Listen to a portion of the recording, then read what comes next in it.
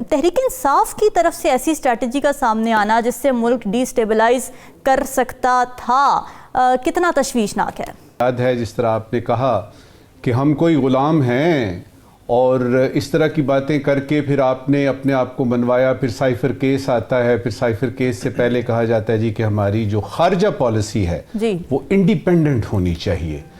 اب اس میں یہ جو آئی ایم ایف کے خط لکھنا جو ہے اس میں دو تین باتیں یعنی سب سے پہلے کلیئر کر لیتے ہیں کہ سب سے پہلے تو یہ کہ یہ الیکشنز جو ہیں یہ پاکستان میں ہوئے ہیں، یہ سوئٹزرلینڈ میں یا ورلڈ بینک کے کسی فورم پہ نہیں ہوئے، اور اس لیے آئی ایم ایف کا اس سے کوئی تعلق ہی نہیں ہے. نمبر دو، مقصد چونکہ ان کو پتا ہے کہ آئی ایم ایف زیادہ سے زیادہ کیا کرے گا، کیا ان کی بات مان لے گا، سوال ہی پیدا نہیں ہوتا. انہوں نے آلریڈی اندیا دے دیا ہے کہ جی ہم نئی آنے والی حکومت کے ساتھ بات کریں گے.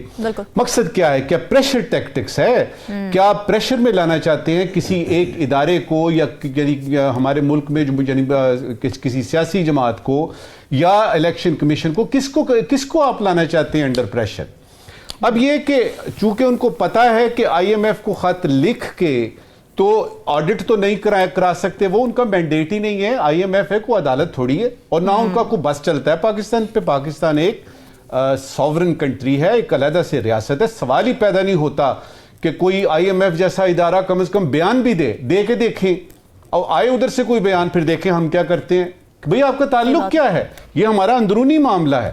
مقصد ان کو پتا ہے، لیکن وہ چاہتے یہ ہیں کہ کسی طریقے سے حکومت میں آ جائیں، کسی طریقے سے یہ حکومت ہمیں مل جائے، یا اگر ہمیں حکومت نہیں مل رہی تو یہ جو حکومت بن رہی ہے یہ نہ بنے. اور اس میں جو باٹم لائن نکلتی ہے نا، وہ دو آپ کو میں یعنی فکروں میں بتاتا ہوں. پہلا یہ نکلتا ہے کہ انہوں نے یہ بات کر کے اپنی تمام عدالتوں پہ عدم اعتماد کا اظہار کیا. صحیح بات.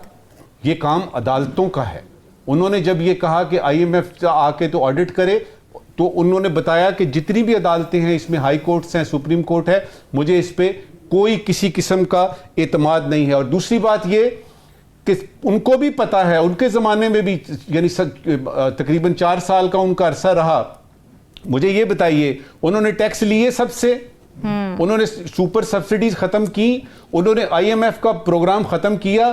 ہم تو بڑے عرصے سے دہائیوں سے قرضہ لے کے اپنے ملک کا قرضہ اتار رہے ہیں. قرضہ لیتے ہیں تو چلتا ہے. تو مقصد اس میں سے کیا نکلا کہ آپ ان کو قرضہ نہ دیں تاکہ یہ حکومت نہ چل سکے.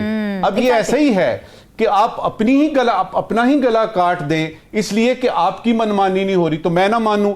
تو اس میں مجھے کسی بھی حوالے سے آپ یقین کیجئے، پی ٹی آئی کے کسی سپورٹر سے پوچھئے، اسے کہیے کہ کیا یہ بات ریاست کے حق میں جاتی ہے کہ ریاست کے خلاف جاتی ہے، ملک کے خلاف. اب دشمنی ہے آپ کی سیاستدانوں سے، آپ کے جو حریف ہیں ان سے. آپ اس میں کیا کر رہے ہیں؟ آپ اپنے ملک کا یعنی بالکل یوں سمجھیے کہ خدا نہ خواستہ خاکمبہ دہن گلا کاٹ رہے ہیں. اب آپ کو اچھی طرح سے پتا ہے کہ یہ حکومت بن رہی ہے، تقریباً بن چکی ہے، اور اب اس میں قرضہ تو انہوں نے لینا ہے. تقریباً $12 بلین کی بات ہو رہی ہے جو کہ ہم نے آئندہ آنے کے لیے لینے ہیں. اب وہ کیسے لیں گے؟ وہ لیں گے تو چلے گا، اور اگر رامین وہ نہیں ملا ہمیں، خدا نہ خواستہ تو آپ کا یہ ملک جو ہے یہ دیوالیہ ہو جائے گا. خاکمبہ دہن.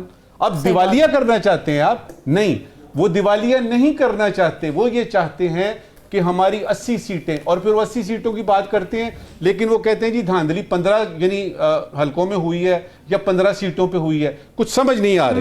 میرے خیال میں وہ منیر نیازی نے ایک جگہ کہا تھا، سپنے کی بھی حد ہوتی ہے. آپ کوئی حد مقرر کر لیجئے، اس طرح سے اپنے ملک کے ساتھ مت کیجئے.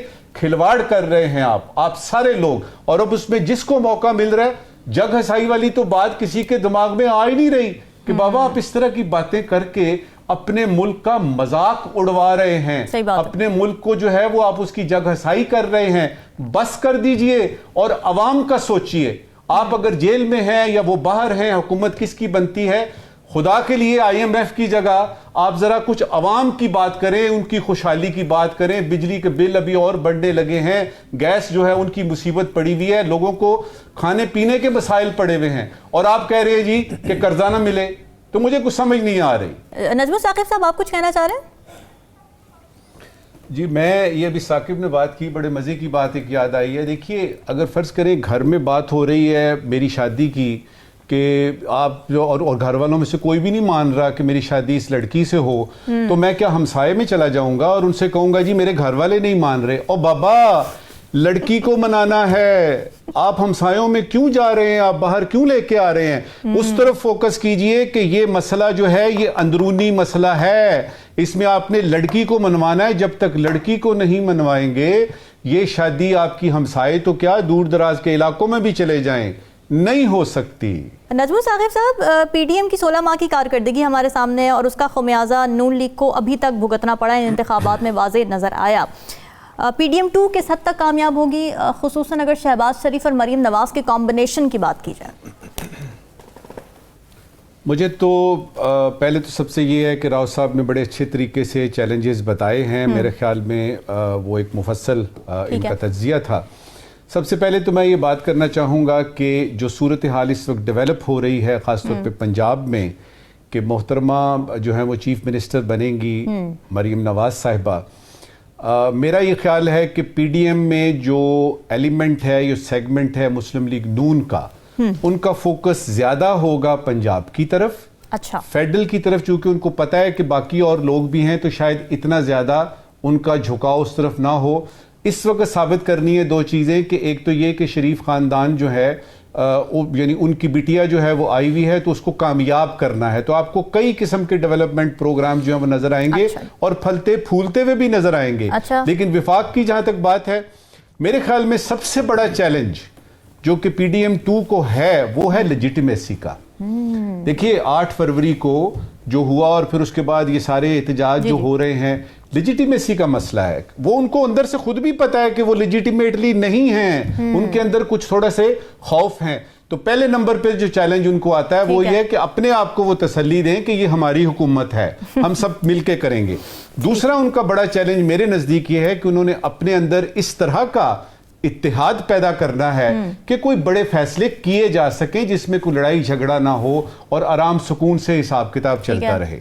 تیسرے نمبر پہ ان کا جو بڑا چیلنج ہے وہ یہ ہے کہ یہ جو نجکاری اور یہ جو ایس آئی ایف سی اور یہ جو آئی ایم ایف سے مذاکرات ہیں، اس میں جو ٹرین چل پڑی ہے پٹری پہ اس کو کس طریقے سے آگے لے کے جانا ہے، کیونکہ اگر انہوں نے بیچ میں کوئی کانٹا اڑایا تو اور زیادہ مشکل ہو جائے گی، اور ہو سکتا ہے کہ میں اور آپ اور راؤ صاحب اور ثاقب بشیر صاحب جو ہیں وہ ایک نئے الیکشن کی تیاری میں جتے ہوئے نظر آئیں۔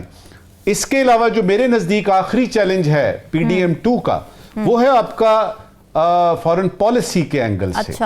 اس میں 4 آتے ہیں: ہندوستان سے تعلقات اور کشمیر کا مسئلہ، ٹھیک ہے، افغانستان سے تعلقات اور ٹی ٹی پی کے مسائل، امریکہ سے تعلقات اور زیادہ سے زیادہ ٹریڈ کرنے کا حساب کتاب جو شروع ہو چکا ہے، اس کے بعد یوکرین وار پہ جو امریکہ کے یعنی تحفظات ہیں ان کو دور کرنا ہے، اور آخر میں آپ نے ایف ڈی آئی جو فورن یعنی ہوتی ہیں، یعنی کیا کہتے ہیں ان کو، فورن ڈائریکٹ انویسٹمنٹ جو ہوتی ہے، اس کے لیے ہماری ایمبیسیوں نے اور باقیوں نے کرنا ہے۔ اچھا یہ تو میں نے مختصراً بتایا ہے نا۔ سب سے بڑا چیلنج یہ ہے کہ یہ حکومت، اس سے بھی ان سے بھی بڑا ایک چیلنج ہے کہ یہ حکومت ہم نے چلانی ہے۔ دیکھیے 5 سال کے لیے تو پارلیمنٹ آ گئی، اب یہ حکومت چلتی ہے کہ نہیں؟ میرے خیال میں میری اسیسمنٹ یہ ہے، اور خاص طور پہ جو آپ نے کہا ہے نا 16 مہینے کی جو ان کی وہ پرفارمنس تھی، یہ ویسے ہی خود ہی ڈرے ہوئے ہیں اور خود ہی تھوڑے سے یعنی کنفیوزڈ بھی ہیں اور خود ہی تھوڑے سے بوکھلائے ہوئے بھی ہیں۔ میرا نہیں خیال کہ آپ ان سے کسی ایسی مضبوط یعنی حکومت کی توقع بھی رکھ سکتے ہیں جو کہ ان تمام معاملات کو سنبھالے گی،